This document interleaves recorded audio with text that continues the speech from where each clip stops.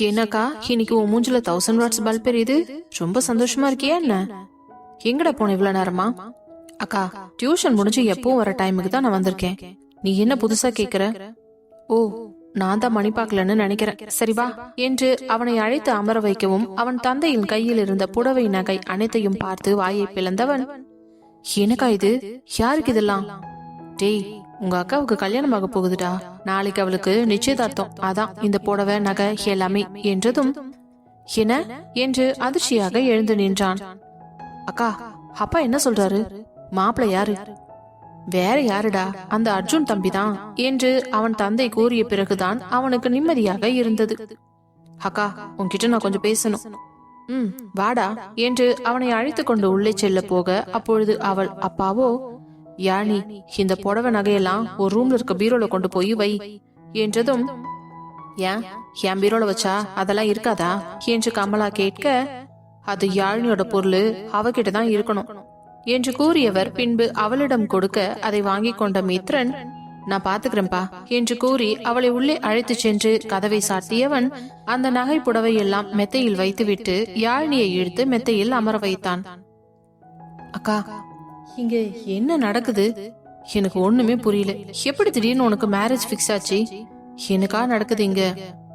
ஐயோ மித்ரா, அது ஒரு பெரிய கதை என்று காலையில் மாப்பிள்ளை பார்க்க வந்தது, அதை அர்ஜுன் வந்து தடுத்தது, தன் அன்னையிடம் பேசியது, அவர் திருமணத்திற்கு ஒத்துக்கொண்டது, நாளை நிச்சயம், இந்த வார கடைசியில் திருமணம் என்றும் அதற்கு தேவையான பொருட்களை இப்பொழுதுதான் அவளும் அர்ஜுனும் கடைக்கு சென்று வாங்கி வந்தது மொத்தத்தையும் கூறி முடித்தாள்.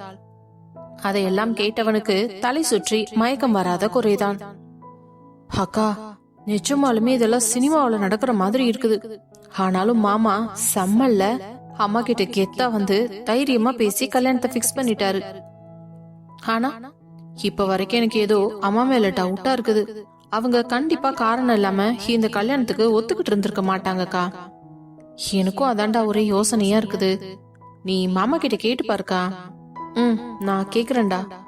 அப்போ நாளைக்கு நான் ஸ்கூலுக்கு லீவ் போட்டுருவா? ஏண்டா? பின்ன எங்க அக்காவுக்கு நாளைக்கு நிச்சயதார்த்தம், நான் எப்படி ஸ்கூலுக்கு போவேன்? ஓகே ஓகே, நாளைக்கு அப்ப லீவ் சொல்லிடு என்று கூற அவள் கையை பிடித்து கொண்டவன், இப்பதான்க்கா உன் முகத்துல நான் சந்தோஷத்தையே பாக்குறேன். இதே மாதிரி என்னைக்கும் சிரிச்ச முகமா சந்தோஷமா இருக்கணும். இந்த தம்பிக்கு அதுதான் வேணும். நீ கவலைப்படாதடா, எப்பவும் நான் இப்படிதான் சந்தோஷமா இருப்பேன். உன்னையும் நல்லபடியா பாத்துக்குவேன். இத நீ சொல்லவே தேவையில்லக்கா, எனக்கே தெரியும். சரி, இந்த புடவை நகை எல்லாத்தையும் எடுத்து பீரோல வச்சுட்டு நேரத்திலேயே சாப்பிட்டுட்டு சீக்கிரம் படுக்கிற வழியை பாரு என்றவன் தன்னுடைய புஸ்தக பையை கொண்டு சென்று அறைக்குள் வைத்து விட்டு மீண்டும் வேகமாக வெளியே சென்றான். எங்க போறான் இந்த பையன்? வந்து யூனிஃபார்ம் கூட மாத்தாம எங்க ஓடுதுன்னு தெரியலையே என்று கமலா புலம்பிக் கொண்டிருந்தார். அதே நேரம் யாழினி காவியாவிற்கு போன் செய்தாள். 2 ரிங்கில் போனை எடுத்த காவியா, யாழினி, உன்கிட்ட பேசி எவ்வளவு நாளாச்சுடி. இப்பதான் உன் பழைய நம்பர்ல இருந்து கால் வருது. உங்க அம்மா உன்னோட போனை குடுத்துட்டாங்களா? ஆமாண்டி, அத பத்தி உன்கிட்ட ஒரு முக்கியமான விஷயம் பேசணும், அதுக்காக தான் கால் பண்ண. சொல்லுடி, ஏதாச்சும் ஹெல்ப் வேணுமா? ஆமா, எனக்கு இப்போ ரொம்ப முக்கியமான ஒரு ஹெல்ப் வேணும். அத உன்னால மட்டும்தான் செய்ய முடியும். செய்யறேன்டி, ஆனா இந்த டைமுக்கு வீட்டுல என்ன வெளியில விடுவாங்களான்னு தெரியலையே. அதெல்லாம் எனக்கு தெரியாது, ஆனா நீ தான் அந்த ஹெல்ப்ப எனக்கு செய்யணும். அது இப்ப கிடையாது, நாளைக்கு காலையில தான். காலையிலயா? அப்ப ஓகேப்பா, எனக்கு ஒரு பிரச்சனையும் இல்ல. நீ என்ன விஷயம்னு மட்டும் சொல்லு, நான் எப்படி ஓடி வரேன்னு பாரு. அப்படியா? அப்படின்னா நாளைக்கு காலையில எனக்கு நிச்சயதார்த்தம், கண்டிப்பா வந்துருவல்ல என்றதும் அதிர்ச்சியில், என்ன சொல்ற யாழி? நாளைக்கு உனக்கு நிச்சயதார்த்தமா? இது நம்ம பாஸ்க்கு தெரியுமா? ஐயோ, நான் வேணா பாஸுக்கு போன் பண்ணி சொல்லட்டுமா? இருடி, ஏன் இப்படி பதட்டப்படுற? என்ன யாழினி இவ்ளோ கூலா பேசிக்கிட்டு இருக்க? இந்த விஷயம் மட்டும் பாஸுக்கு தெரிஞ்சது ரண கொடூரமாயிடும், தெரிஞ்சுக்கோ. ஹே, நிச்சயதார்த்தமே எனக்கு உங்க பாஸுக்கும் தான், போதுமா? அடியே, இது பிஞ்சு இதயண்டி, அதை ஏண்டி இப்படி நஞ்ச இதயமா மாத்துறீங்க? இப்பவே என் ஹார்ட் வெடிச்சு செதறிடும் போல இருக்குது. ஒரு விஷயமா சொல்றியே, ஒரே முட்டா சொல்லிடுடி என்றதும் இவளுக்கோ இங்கு சிரிப்பு தாங்கவே முடியவில்லை. அதற்குள் காவியாவோ, இங்க பாருடி, இப்படி எல்லாம் சிரிச்சுக்கிட்டு இருந்தேன்னு வச்சுக்கோயேன், நான் ரொம்ப டென்ஷன் ஆயிடுவேன். எங்க வீட்டுல திட்டினாலும் பரவாயில்லன்னு இப்பவே உன்னை அங்க வந்து ஆடி பிச்சு போடுவேன். ஒழுங்கு மரியாதையா என்ன நடந்துச்சுன்னு சொல்லுடி. உங்க அம்மா எப்படி இந்த கல்யாணத்துக்கு ஒத்துக்கிட்டாங்க? அது மட்டும் இல்லாம திடீர்னு நாளைக்கு காலையில நிச்சயதார்த்தம்னு சொல்ற. சத்தியமா எனக்கு ஒண்ணுமே புரியல. நீ என்கிட்ட எதுவும் விளையாடல இல்ல?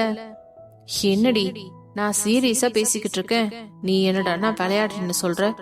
என்னோட பழைய நம்பர்ல இருந்து நான் கால் பண்றேன். அப்போ உனக்கு நம்பிக்கை வரலையா? நீ சொல்றதெல்லாம் நம்புற மாதிரி தான் இருக்கு, ஆனா இது உண்மைதானே? என்னோட கனவில்லையே. இதுக்கு மேல நீ என்ன டென்ஷன் பண்ண, நானே உன்னை வீடு தேடி வந்து தூக்கி போட்டு மிதிச்சிடுவேன். ஏண்டி என்ன இப்படி பாடா படுத்துற? சரி ஓகே, உனக்கு வேண்டாம் எனக்கு வேண்டாம், மரியாதையா என்ன நடந்துச்சுன்றத சொல்லு எனக்கு.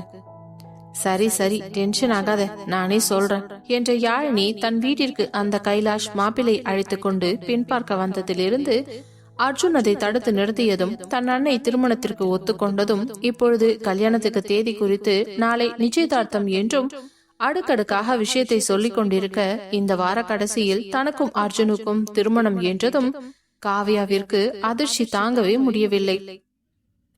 என்னடி இவ்ளோ விஷயம் நடந்திருக்கு, என்கிட்ட ஒரு வார்த்தை கூட சொல்லணும்னு தோணலையா? லூசு, இதெல்லாம் நேத்து தாண்டி நடந்துச்சு. இன்னைக்கு தான் இந்த போனே என் கைக்கு வந்துச்சு. அப்புறம் பாஸ் என்ன கூட்டிட்டு போய் நிச்சய புடவை நகை அது இதுன்னு வாங்க போனதுல டைம் போனதே தெரியல தெரியுமா? இப்போ வீட்டுக்கு வந்துட்டு தான் நான் உனக்கு கால் பண்ணி சொல்றேன். கண்டிப்பா நாளைக்கு நீ வந்துட்டு வெள்ளடி. என் கூட இருக்கிறதுக்கு யாருமே இல்ல உன்னை தவிர. எனக்கு இருக்கிற ஒரே ஒரு பெஸ்ட் ஃப்ரெண்டு நீ தானே. அப்போ நீ கட்டாயம் வந்துருவ தானே? என்னடி சொல்ற? நிஜமாவே உனக்கு வேற யாருமே ஃப்ரெண்ட்ஸ் இல்லையா? காலேஜ் படிக்கும் போது கூட உனக்கு ஃப்ரெண்ட்ஸ் யாரும் இல்லையா? இல்லடி, எல்லாரும் வெளியூர்ல இருந்து வந்து தங்கி படிச்சவங்க. சோ படிப்பு முடிச்ச உடனேவே அவங்கவங்க ஊரோட போய் செட்டில் ஆயிட்டாங்க. இப்போதைக்கு எனக்கு இங்க யார் கூடவும் கான்டாக்ட் இல்ல. எனக்கு இருக்கிற ஒரே க்ளோஸ் அண்ட் பெஸ்ட் ஃப்ரெண்டு யாருன்னா அது நீதான். சோ நீதான் நாளைக்கு எல்லாமே வந்து என் கூட இருந்து பண்ணணும், சரியா? அதே மாதிரி கல்யாணத்துக்கும். கண்டிப்பாடி, இது நீ சொல்லணுமா? தாராளமா நான் வருவேன். எனக்கு இப்ப எவ்வளவு சந்தோஷமா இருக்கு தெரியுமா? உன் மனசு போலவே உனக்கு வாழ்க்கை அமைய போகுது. அத நினைச்சு பார்க்கும் போதே கடவுள் இருக்கிறாருன்னு என்னால உணர்ந்துக்க முடியுதுடி. இந்த விஷயம் மட்டும் நம்ம ஆபீஸ்ல இருக்கிறவங்களுக்கு தெரிஞ்சது, பொறாமையிலேயே எல்லாரும் பொசுங்கிடுவாங்க. எனக்கு அதெல்லாம் கூட பிரச்சனை இல்லடி. அந்த கைலாஷ நினைச்சாதான் கொஞ்சம் பயமா இருக்குது. அவனால தேவையில்லாம எங்களோட கல்யாணத்துல ஏதாவது பிரச்சனை வருமோன்னு தான் ரொம்பவும் டென்ஷனா இருக்குது. அதெல்லாம் பாஸ் இருக்கிற வரைக்கும் நீ எதை பத்தியும் கவலைப்படாத, அவர் பாத்துக்குவாரு, சரியா? அந்த நம்பிக்கையில தாண்டி நானும் இருக்கேன். ஆனா உங்க அம்மா எப்படி ஒத்துக்கிட்டாங்க? அதுதான் என்னன்னு எனக்கும் இப்ப வரைக்கும் புரியல. அம்மாவும் பாசும் வெளியில போனாங்க, கொஞ்ச நேரம் பேசி இருந்துட்டு வந்தாங்க. வந்தவங்க கல்யாணத்துக்கு ஓகேன்னு சொல்லிட்டாங்க. இதுக்கிடையில என்ன நடந்துச்சுன்னு எனக்கு ஒண்ணுமே புரியல. பாஸ்கிட்ட இத பத்தி பேசினாதான் தெரியும். அப்போ இன்னும் நீ இத பத்தி பேசலையா? இல்லடி, நான் கேட்டேன், ஆனா அவர் எதுவுமே சொல்லல. இப்போதைக்கு நான் இருந்த சந்தோஷத்துல அதை பெருசா நோண்டணும்னு எனக்கு தோணல. அதுவும் சரிதான், விடு. சரிடி, அப்புறம் நிச்சயதார்த்த பொண்ணு இவ்வளவு நேரம் முழிச்சுக்கிட்டு இருக்க கூடாது. சீக்கிரமா தூங்கி எழுந்துரு, அப்பதான் காலையில முகம் நல்லா ஃப்ரெஷ்ஷா ஊட்டி ஆப்பிள் மாதிரி இருக்கும். பாஸ் வந்து பார்த்த உடனே உன் அழகுல மயங்கி விழுந்துடணும், புரியுதா? ஏண்டி, நான் மேக்கப் பண்ண மாட்டேன்னு உனக்கு தெரியாதா? அப்படியெல்லாம் நீ சொல்லி எஸ்கேப் ஆக முடியாது. நாளைக்கு கண்டிப்பா நான் உனக்கு மேக்கப் போட்டு தான் விடுவேன். சரி, அது என்னவோ அது அப்புறம் பாத்துக்கலாம். நாளைக்கு காலையில நீ வந்துரு, நான் இப்ப போனை வைக்கிறேன் என்று போனை வைத்துவிட, அதற்கு பிறகு இரவு உணவை சாப்பிட்டு விட்டு யாழினி அறைக்குள் சென்று படுத்து விட்டாள். அப்பொழுது அறைக்குள் நுழைந்த மித்ரனும் அக்கா என்று அழைத்து கொண்டே அவள் அறைக்குள் வர, மித்ரா வாடா, இன்னும் நீ தூங்கலையா? அக்கா, நான் உனக்காக ஒன்னு எடுத்துட்டு வந்திருக்கேன். என்னடா? நீ முதல்ல கையை காட்டு என்றதும் அவள் கையை காட்ட ஆசையாக அவன் பறித்து அரைத்து வந்த மருதாணியை அவளது கைகளில் வைத்து விட்டான். அதை பார்த்தவளுக்கு கண்கள் எல்லாம் கலங்கியது. அக்கா, இனிமே நீ அழவே கூடாது. உன் கண்ல இருந்து ஒரு சொட்டு தண்ணிய கூட நான் பார்க்க கூடாது. உனக்காக நான் தான் மருதாணிய கஷ்டப்பட்டு பறிச்சுட்டு வந்து நானே என் கையால அரைச்சி எடுத்துட்டு வந்திருக்கேன். நாளைக்கு உனக்கு நிச்சயதார்த்தம். கையில மருதாணி இல்லனா நல்லாவா இருக்கும் என்று கூறியவன் அவள் 2 கைகளிலும் பாசத்தோடு வைத்து விட அதை பார்த்தவளுக்கு கண்கள் எல்லாம் கலங்கி போனது. தன் தம்பி தன்னுடைய தாயை போல மாறி தனக்கு ஒவ்வொரு விஷயத்தையும் பார்த்து பார்த்து செய்வதை நினைத்தவளுக்கு சந்தோஷமாகவும் இன்னொரு புறம் அவனை விட்டு பிரிந்து செல்வதை நினைத்து வருத்தமாகவும் இருந்தது.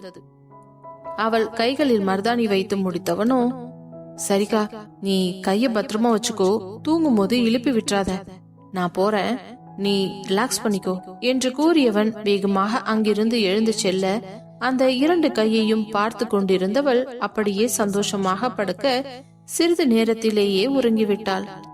அடுத்த நாள் காலை யாழினி நேரத்துடனே எழுந்து விட்டாள். எழுந்ததும் முதலில் அழைத்தது அர்ஜுனுக்குத்தான். நன்றாக தூக்கத்தில் இருந்தவன் போன் அடிக்கும் சத்தம் கேட்டு கண்ணை திறக்காமலேயே அதை அட்டன் செய்து, ஹலோ, யாரு என்று கேட்க, பாஸ், குட் மார்னிங் என்ற குரலில் பதட்டமாக எழுந்து அமர்ந்தவன், யாழினி, குட் மார்னிங், என்ன இவ்ளோ காலையில போன் பண்ணிருக்க? அச்சோ பாஸ், இன்னைக்கு நம்ம என்கேஜ்மெண்ட் மறந்துட்டீங்களா என்ன? சேச்சே, அதை எப்படி நான் மறப்பேன்? அப்புறம் கொஞ்சம் கூட பொறுப்பு இல்லாம இன்னும் தூங்கிட்டு இருக்கீங்க. அப்படியா, நீ எப்ப எழுந்திருச்ச? இப்பதான் பாஸ், நான் எழுந்த உடனே உங்களுக்கு கால் பண்ணிட்டேன். என்ன மட்டும் கேள்வி கேட்கிறல்ல என்று அவன் கேட்கும் பொழுதுதான் அவள் உளறி வைத்தது ஞாபகத்திற்கு வந்தது. இன்னும் டைம் இருக்குது பாஸ், தெரியுது இல்ல, அப்புறம் என்ன மட்டும் கேக்குற? எனக்கு என்னடி வேலை இருக்குது? எழுந்து குளிச்சுட்டு கிளம்பி நேரா உங்க வீட்டுக்கு வர வேண்டியதுதான் வேலை. என்ன பாஸ், அம்புட்டு தானே இவ்வளவு ஈஸியா சொல்லிட்டீங்க? ஆமாண்டி, எனக்கு என்ன ஒன்ன மாதிரியா? உனக்கு தான் சாரி கட்டணும், தலை சீவணும், பூ வைக்கணும், மேக்கப் போடணும், ஏகப்பட்ட வேலை. எனக்கு அப்படியெல்லாம் ஒன்னும் கிடையாது. ஒரு ஃபேன் ஷர்ட் எடுத்து போட்டேனா சட்டுன்னு கிளம்பி வந்துகிட்டே இருப்பேன். சரிதான் பாஸ், அப்புறம் உங்ககிட்ட ஒரு முக்கியமான விஷயம் சொல்லணும். சொல்லு, என்ன விஷயம்? வரும்போது நம்ம வீட்டுல வேலை செய்யறவங்களையும் கூட்டிட்டு வாங்க பாஸ். ஏன், என்னாச்சு? அங்க இருக்கிறவங்க எல்லாருமே என் மேல உண்மையான பாசம் வச்சிருந்தவங்க. அவங்க எல்லாரும் வந்தாங்கன்னா கண்டிப்பா நல்ல மனசோட நம்மள ஆசீர்வாதம் பண்ணுவாங்க.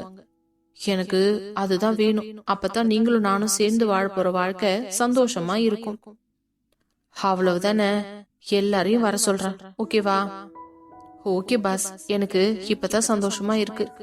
ஆமா, சிவா அண்ணா எங்க?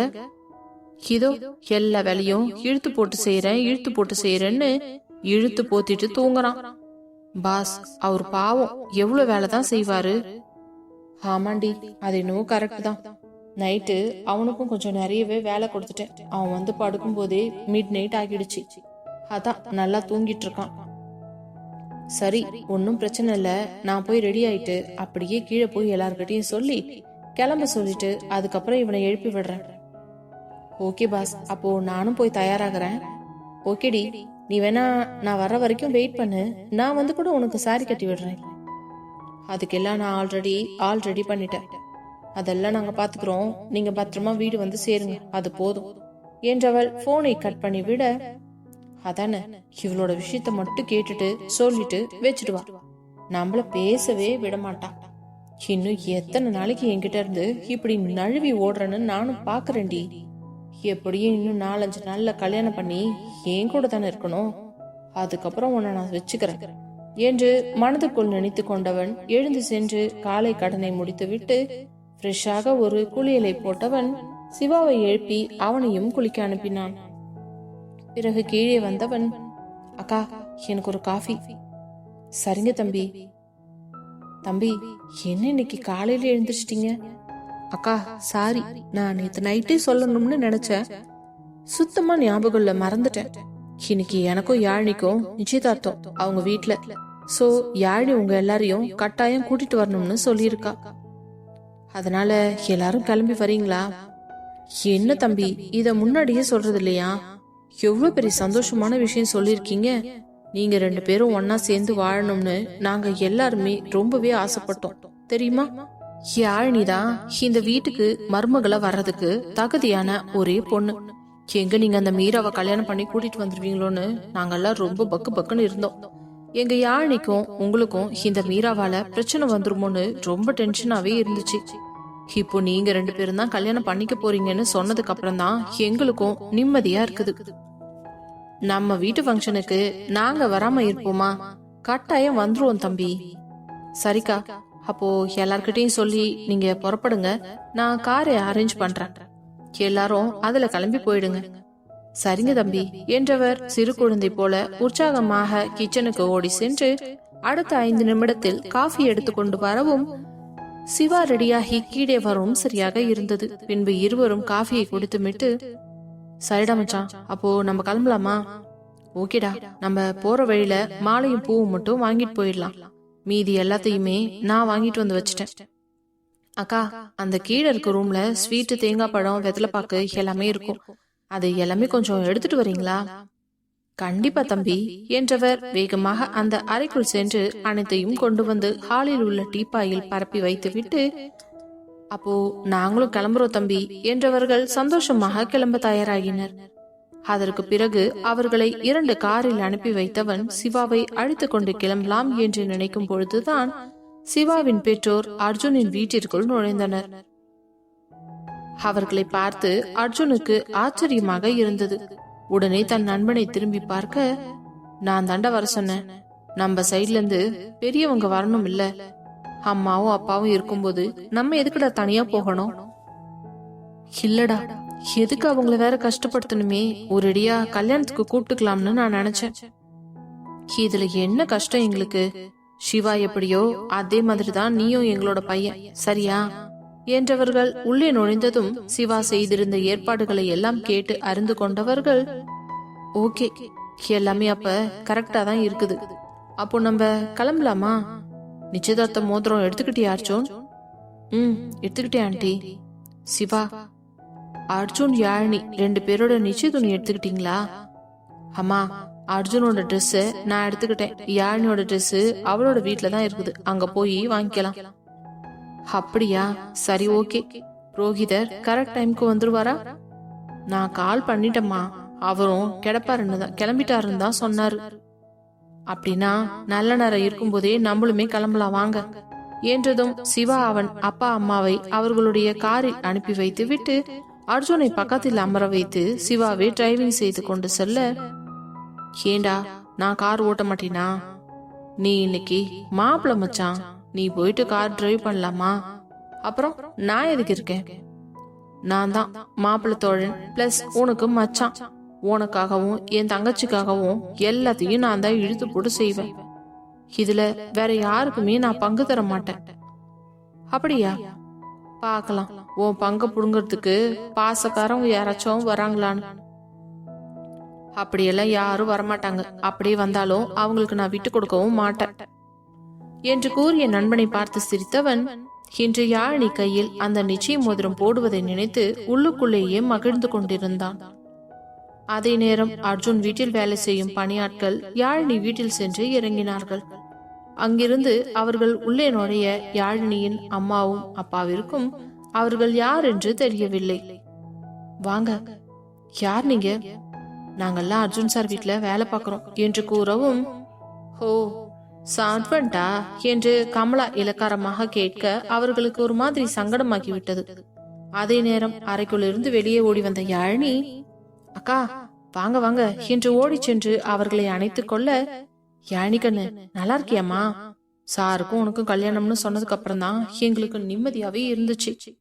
நாங்க எல்லாரும் எவ்வளவு சந்தோஷமா இருக்கோம் தெரியுமா என்று கூற, அப்பொழுது யாழினியின் முகம் வெட்கத்தில் சிவக்க ஆரம்பித்தது. பின்பு அவர்களை எல்லாம் அழைத்து உள்ளே அமர சொல்ல, என்னம்மா இது, நம்ம வீட்டு விசேஷம் நடக்க போகுது, இங்க வந்து விருந்தாளி கணக்கா உட்காந்துக்கிட்டு இருக்க முடியுமா? எம்புடு வேலை கிடக்கு, எல்லாத்தையும் நாங்க பாத்துக்கிறோம், நீங்க யாரும் அத பத்தி கவலைப்படாதீங்க. ஏங்க, நீங்க தான் யாழினியோட அம்மாவா? ஆமா ஆமா என்று பதித்து கொள்ள, நீங்க இப்போ இருந்து ஒரு வேலையும் செய்ய வேண்டாம், அமைதியா போய் உட்காந்துக்கோங்க, மத்த எல்லாத்தையும் நாங்களே பாத்துக்கிறோம். ஆமா, யாழினி இன்னும் தயாராகாமலே இருக்க? அக்கா, காவியா வரேன்னு சொன்னா, அவளுக்காக தான் வெயிட் பண்ணிக்கிட்டு இருக்கேன். சரிம்மா, நாங்க ஏதாச்சும் வந்து உதவி செய்யட்டுமா? ஒன்னும் பிரச்சனை இல்லக்கா, அவ தான் வந்து ரெடி பண்ணுவேன்னு ஸ்ட்ரிக்டா சொல்லியிருக்கா.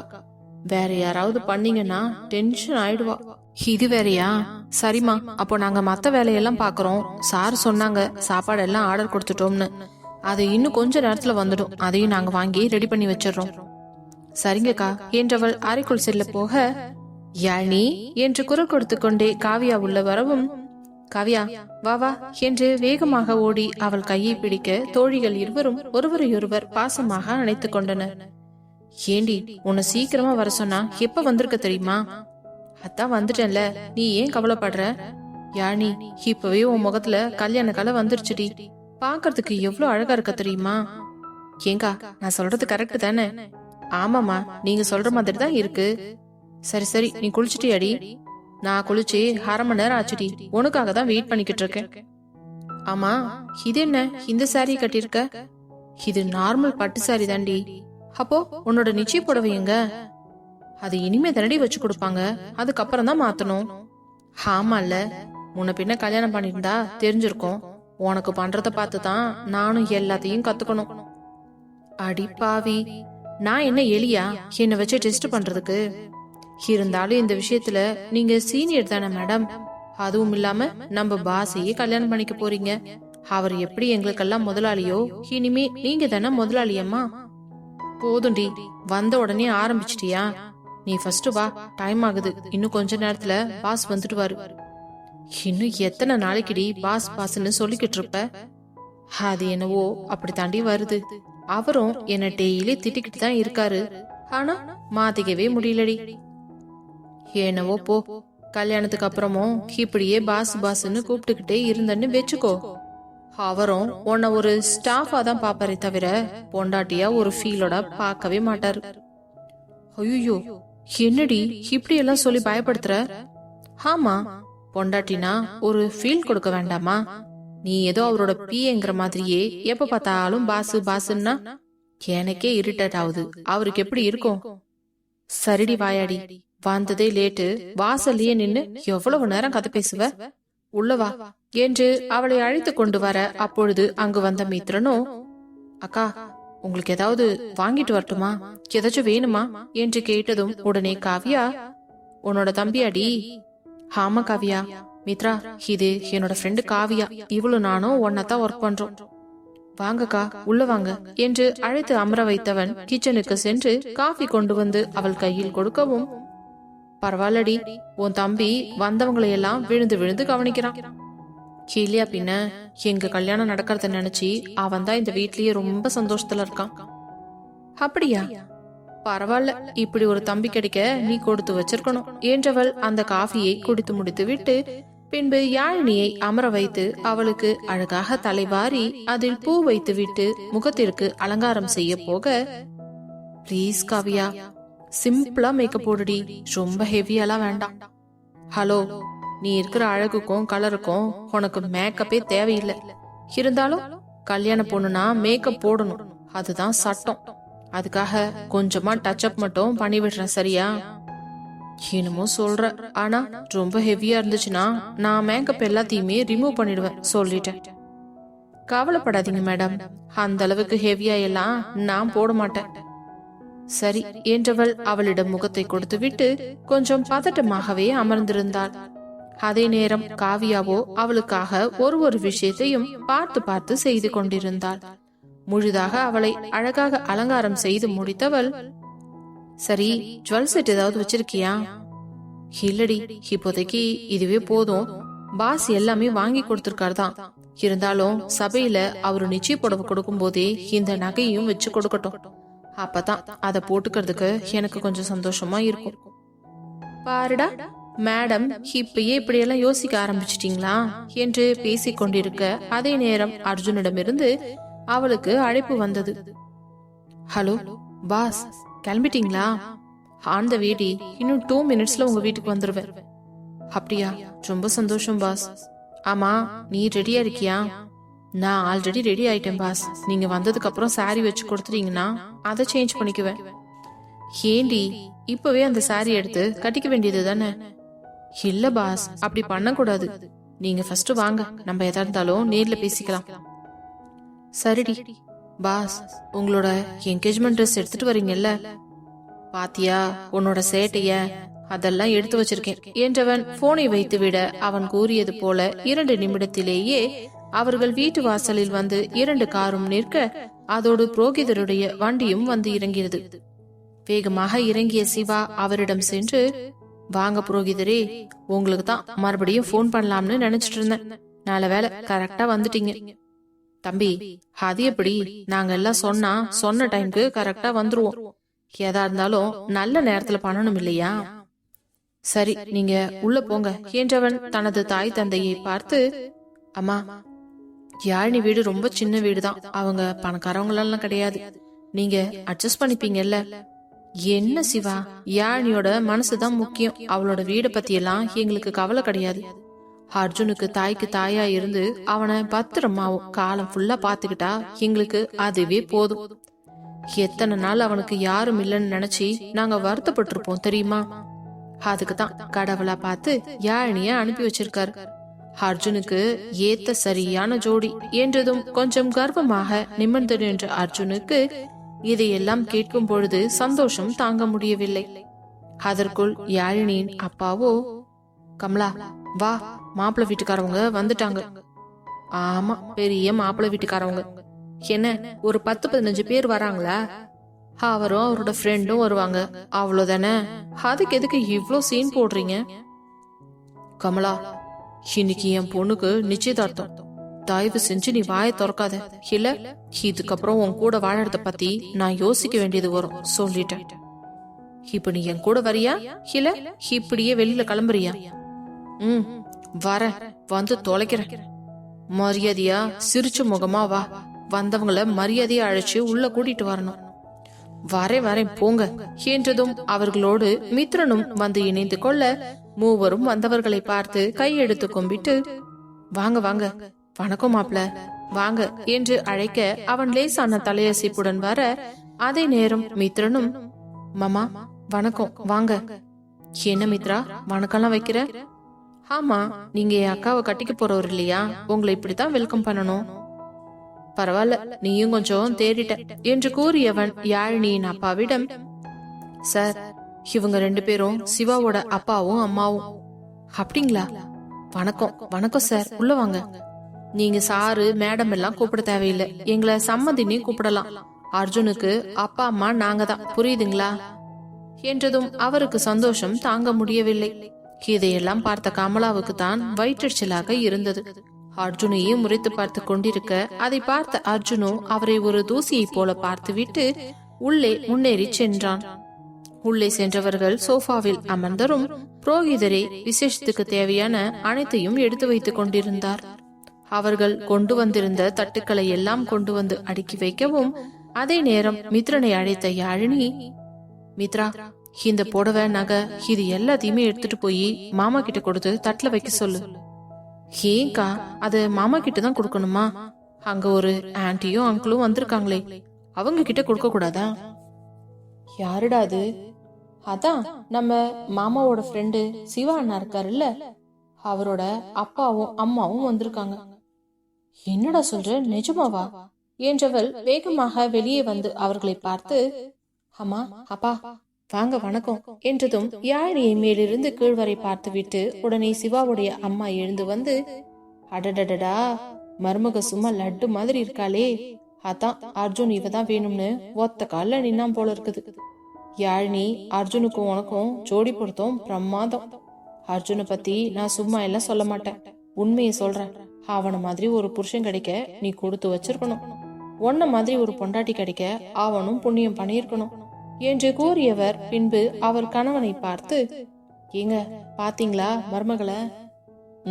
பாத்தேம்மா, இந்த அர்ஜுன் சைலண்டா இருந்துகிட்டு எவ்வளவு பெரிய வேலை பார்த்திருக்கான் என்று கூற அதே நேரம் யாழினி அர்ஜுனை நிமிர்ந்து பார்க்க முடியாமல் வெட்கத்தில் தலை குனிந்து இருக்க, அப்பொழுது அர்ஜுனோ, ஏன் மேடம், என்ன நிமிர்ந்து பார்க்க மாட்டீங்களோ என்று கேட்க அவள் வெட்கத்துடன் நிமிர்ந்து பார்த்தாள். பட்டென்று அவன் கண்ணடிக்கவும் அதில் அவளுடைய கண்கள் கொஞ்சம் தடுமாற்றமாக தரையை பார்த்தது. அப்பொழுது சிவாவோ, தங்கச்சிமா, இந்த பாவப்பட்ட அண்ணனும் இங்கதான் இருக்க என்று கூறவும் அவள் பட்டென்று நிமிர்ந்து பார்த்து, சிவாண்ணா வாங்க என்று அழைத்தவள், அது எப்படி உங்களை எனக்கு தெரியாம இருக்கும்? இவ்வளவு நேரமா அப்படித்தானே இருந்த? சி போங்கண்ணா. அப்பா அம்மா நீங்க உட்காருங்க. சரிம்மா நீ போ, நாங்க பாத்துக்கிறோம் என்றதும் காவியா வந்து அவளை அழைத்து கொண்டு செல்ல, அப்பொழுது சிவாவோ, டேய் மச்சான், யாரடா அந்த டிக்கெட்டு? யாரடா கேக்குற? அதான் யாழினிய வந்து இப்ப கூட்டிட்டு போனாலே.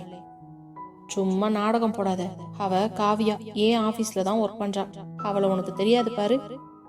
எனக்கு தெரியாதுடா, ஆனா எங்கேயோ பார்த்த மாதிரி தான் இருக்கு. அது எப்படிடா உன்னால மட்டும் முடியுது? அன்னைக்கு யாழினியோட பொருள் எல்லாமே இவகிட்ட தானே கொடுத்து அனுப்பணும், யாழினிய போய் பார்த்துட்டு வர சொல்லி. ஓ அந்த பொண்ணா? அன்னைக்கு பாக்குறதுக்கு கொஞ்சம் சின்ன பொண்ணு மாதிரி இருந்தது. இன்னைக்கு புடவையெல்லாம் கட்டிக்கிட்டு பெரிய பொண்ணாட்டம் இருக்குது. அதான் அடையாளம் தெரியல. என்னடா நீ ரூட் விடுறியோ? ஆமா, அப்படியே எனக்கு வந்து மடங்கிட்டால் சைட்டாவது அடிச்சுக்கிறேன், விட்டுடா. உனக்கு கல்யாணம் நடக்கிற ராசிலியாவது எனக்கு பொண்ணு அமைதான்னு பாப்போம். மச்சான், உனக்கு காவியாவை பிடிச்சிருந்துச்சுன்னா சொல்லு, நானே அவங்க வீட்டுல பேசி உனக்கு கல்யாணம் பண்ணி வைக்கிறேன். அடப்பாவி, விட்டா உன் கல்யாணத்துக்கு பக்கத்திலேயே இன்னொரு மணமேடை போட்டு என்ன உட்கார வச்சிருவ போல இருக்கே. நீ மட்டும் ஊன்னு சொல்லுடா, இப்பவே அங்கிள் ஆண்டி கிட்ட நான் பேசுறேன். போதுண்டாப்பா சாமி, முதல்ல உன் கல்யாணம் எந்தவித பிரச்சனையும் இல்லாம நடக்கட்டும், அதுக்கப்புறம் என்னோட கல்யாணத்தை பத்தி பேசிக்கலாம்.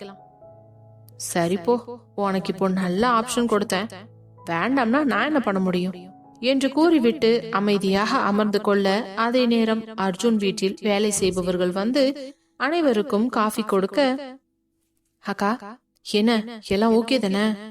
எல்லாம் ஓகே தம்பி, சாப்பாடு கூட இப்பதான் வந்துச்சு, எல்லாமே நாங்க அரேஞ்ச் பண்ணியும் வச்சுட்டோம்.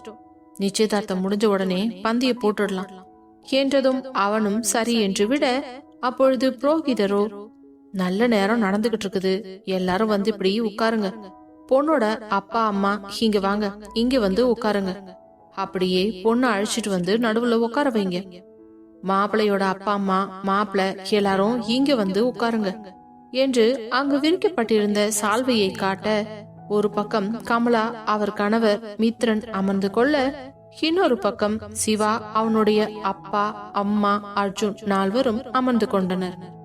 அப்பொழுது மித்ரன் எழுந்து சென்று காவியாவிடம், அக்கா யாழினி அக்காவை கூட்டிட்டு வர சொல்றாங்க. சரிடா நீ போ, நான் கூட்டிட்டு வரேன் என்றதும் மித்ரன் சென்று அவன் பெற்றோர் அருகில் அமர்ந்து கொள்ள, அப்பொழுது யாழினியை அழைத்து கொண்டு காவியா வெளியில் வந்தாள். எவ்வளவு நேரம் பார்த்தாலும் அர்ஜுனுக்கு போதவே இல்லை. யாழினியை இன்று முழுவதும் பார்க்க சொன்னால் கூட அப்படி ரசித்து பார்ப்பான். அவ்வளவு பேரழகியாக தெரிந்தால் அவனுடைய காதலி. அதே நேரம் சிவாவோ, மச்சான் ஏண்டா இப்படி பாக்குற? உனக்கு ஏண்டா வயிறு எரியுது? ஏன் பொண்டாட்டிய நான் பாக்குறேன், இருந்தாலும் என்ன மாதிரி ஒரு பேச்சுலரை பக்கத்துல வச்சுக்கிட்டு இப்படி வெறுப்பேத்தலாமா? இங்க பாரு, அப்படியே யாழினிக்கு பக்கத்துல காவியா வரா பாரு, நீ அவளை பார்த்து சைட் அடி, நான் என் பொண்டாட்டிய பார்த்து சைட் அடிக்கிறேன். அட பாவி, முடிவே பண்ணிட்டியா? வேணாம்னா போடா, என்ன டிஸ்டர்ப் பண்ணாத என்றவன் அவளை முழுங்குவது போல பார்த்து கொண்டிருக்க, அவன் தன்னை ஊடுருவி பார்ப்பதிலேயே அவள் உடம்பெல்லாம் வெட்கத்தில் சிவக்க ஆரம்பித்தது. பின்பு மெதுவாக அங்கிருந்தவர்களுக்கு வணக்கம் சொல்லிவிட்டு அவள் அமர்ந்ததும் அவள் அருகே அமர்ந்து, காவியா குட் மார்னிங் பாஸ் என்று தலையை மட்டும் ஆட்டினான். அதற்கு பிறகு காவியா யாழினியிடம் ஏதோ சிரித்து பேசிக் கொண்டிருக்க, அப்பொழுதுதான் அவள் முகத்தையே நன்றாக உற்று பார்த்தான் சிவா. பரவாயில்ல, இவ்வளவு அழகாத்தான் இருக்கிறா, ஆனா அர்ஜுன் சொல்ற மாதிரி இவ எனக்கு செட் ஆவாளா? எனக்கு பிடிச்சி என்ன பிரயோஜனம்? என்னதான் இந்த பொண்ணுக்குமே பிடிக்க மாட்டேங்குதே, அப்புறம் எங்க போய் நம்ம மனசுல ஆசையை வளர்த்துக்கிறது? நமக்கு எந்த பொண்ணுன்னு கடவுள் தலையில எழுதி வச்சிருக்காரோ அதுதான் வந்து சேரும், நாம எதுக்கு வீணா முயற்சி பண்ணணும் என்று மனதிற்குள்ளேயே புலம்பியவனின் பார்வையை மட்டும் காவியா விட்டு நகரவே இல்லை. என்னடா நான் சொன்னதான் யோசிச்சுட்டு பாத்துட்டு இருக்க போல இருக்கு என்று அர்ஜுன் கேட்க, அதிர்ச்சியாக திரும்பவன், எப்படிரா மச்சான்? அதான் உன் வாயிலிருந்து சொல்லு லிட்டர் லிட்டரா ஊத்துதே. அடப்பாவி, வெளியில அவ்வளோ பளிச்சு நான் தெரியுது என்று கேட்க, என்று துப்பிவிட்டு மீண்டும் அவனுடைய பார்வையை யாழினியிடம் திருப்பினான்.